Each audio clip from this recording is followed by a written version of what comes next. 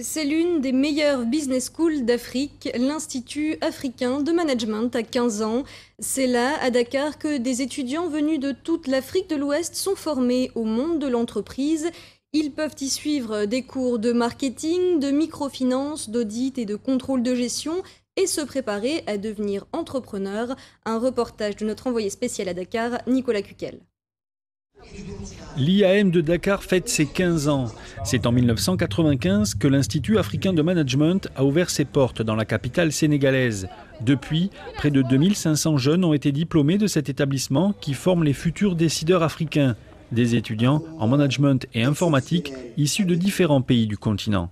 Pensons qu'au sein des récipiendaires, on va voir plusieurs dirigeants du continent. Chacun retournera dans son pays parce que c'est ce que nous avons observé depuis des années. Quand ils viennent se former à l'Institut africain de management à Dakar, par la suite, ils retournent dans leur pays où ils occupent des postes de responsabilité, où ils participent à la construction du pays, où ils participent aux affaires du pays. Et nous n'avons mais vraiment aucun doute que parmi les récipiendaires, nous avons de futurs dirigeants du continent africain.